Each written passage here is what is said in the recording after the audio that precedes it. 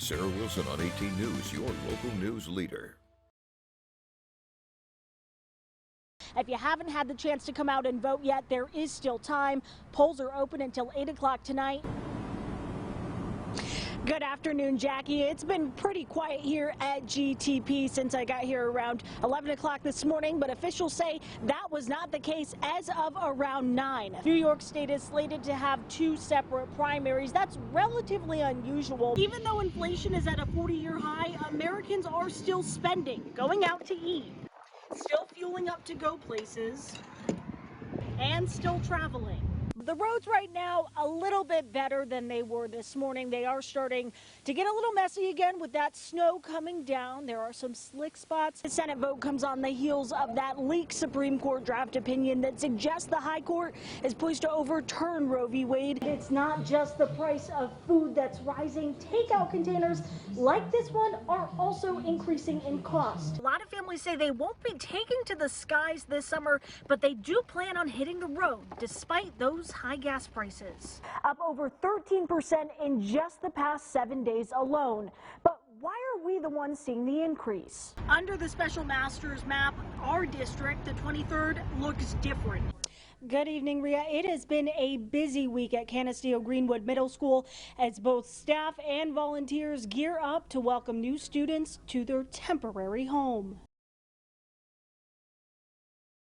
Good evening, Kevin. The crowded Republican field for Pennsylvania's governor just got a lot smaller. And this is a crisis that's been building for months and seemingly became worse overnight. Andrew Cuomo may not be running under a major party, but that doesn't mean he's out of the race. Nearly a dozen women have come forward saying the governor sexually harassed them. Schools say they're ready if that happens, but businesses, on the other hand, are growing frustrated by that possibility. Thousands of companies are looking to bring new workers on board. The number of alleged child abuse and neglect cases in Steuben County was much higher than the DA expected. It's still unclear which congressional candidate is running in which district. Good evening, Twin Tiers. I'm Sarah Willson. Thank you for joining us for 18 News at 6. We begin tonight with breaking news coming out of Buffalo, New York. There is new information about the devastating communication breakdown during the mass shooting at Robb Elementary in Uvalde, Texas. Families in dire need, wondering what is next, but there is some hope. The government yesterday invoking the Defense Production Act. From your local election headquarters, New York's redistricting maps have finally been submitted for approval. We begin tonight in Albany. That's where Governor Kathy Hochul announced she has tested positive for COVID-19. The big story tonight, a Southport Correctional Facility, a major maximum security prison, will be closing their doors in just a few months. Arnett Mall is back open after it was temporarily locked down yesterday. June is Pride Month, which means celebrations are happening all across the country, including right here in the Southern Tier. If you are just joining us, President Biden addressing the nation on the fight against the coronavirus. The president saying it will take a couple of weeks to understand how the Omicron variant reacts to the current COVID shot. A British charity is searching for people to spend 5 months in Antarctica to run the world's most remote post office. And Anna and I will be signing up after the show.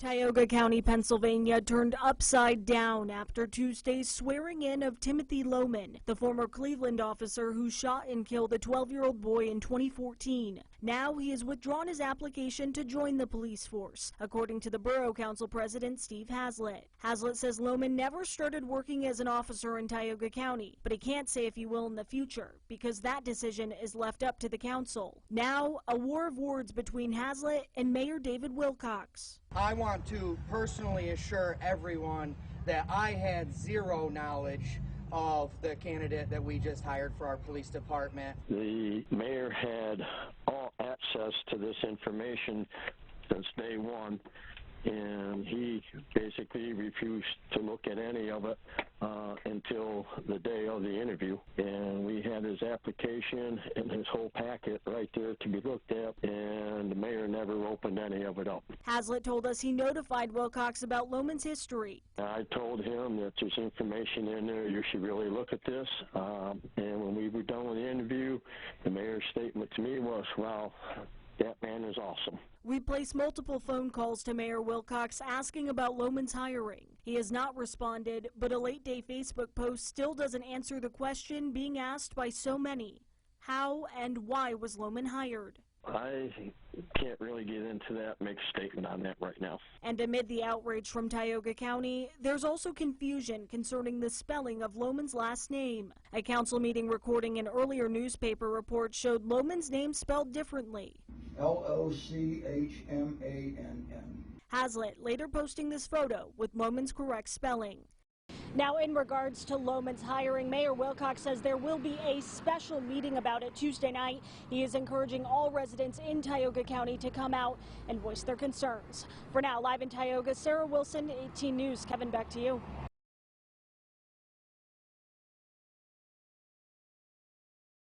For Stephanie Feely, it was a morning just like any other. She had clocked in for her shift at Shannon's Family Barber in Wayland and had just started coloring a client's hair. Everything was normal until just after 11. That's when something unimaginable happened. Stephanie heard about a fire ripping through town. A volunteer firefighter herself, she went in back to listen to her scanner. And when I came out here, I immediately started shaking. I still had a client in the chair that needed color. That's when she looked up, saw smoke, and sprang into action, running into the burning building in a desperate bid to save anyone inside. One of my clients lives over there with her daughter and her son, and they were asking for help. They couldn't get down the hallway because it was too full of smoke, so we brought them out from the ladder. Across the street, the barber shop was trying to help too, welcoming in frightened families. Amazingly, no one was hurt, though some pets were unable to escape. There was one little boy who was sobbing because his dog was left. Businesses and apartments also severely damaged. You can tell just by the scene behind me that it's more than just the exterior of this building that was damaged by the fire. Those flames impacting businesses as well as apartments and of course those inside them. Now this community is really trying to pull together to help those who lost everything rebuild. The United Methodist Church taking donations for those impacted. The Red Cross also putting displaced families in hotels. But there's plenty more help where that came from. I know that there have been a couple of different people who have offered, oh, well, you can stay with me, or if you don't have anywhere, I know you can stay here. Within minutes, everybody was already stepping up to help the people and businesses that were affected. Stepping up just like Stephanie did. I didn't think twice about it because people need help. I would hope that if I needed help, someone would stop what they're doing to help me. Reporting in Wayland, New York, I'm Sarah Willson. Former Governor Andrew Cuomo potentially making a comeback. I don't want Andrew Cuomo back, believe me. The three-term disgraced Democrat launching ads that appear to look like campaign commercials. 5 counties have declined to press charges. And this essentially ends the investigation against Cuomo with no charges filed. Cuomo reluctantly left office last year, denying multiple sexual harassment allegations, despite a report from his own party that says the 11 women who made claims against him were credible. He's just, he's deranged. The former governor has not ruled out or confirmed if he's joining the gubernatorial race, but if he does run, he's running out of time. He has approximately 2 weeks left to get, probably 20,000 signatures. I'm just not sure it could be done in that period of time. That, Moss and other Republicans agree, could be to their advantage. If Cuomo doesn't get those signatures, he would have to create his own party, running against current Democratic Governor Kathy Hochul. Certainly he will have the ability to divide the vote, and that can certainly be helpful to our Republican candidate for governor. In a theoretical Democratic primary, Cuomo would take home 33% of the vote, Hochul 37%. I know he said God isn't finished with him yet. I think New Yorkers are done with him. Democrats appear to be done with him too. I'm not entertaining hypotheticals. I have a number of opponents who declared. I'm not focused on who may run, who may not run. I've got a job to do. For 18 News, I'm Sarah Willson.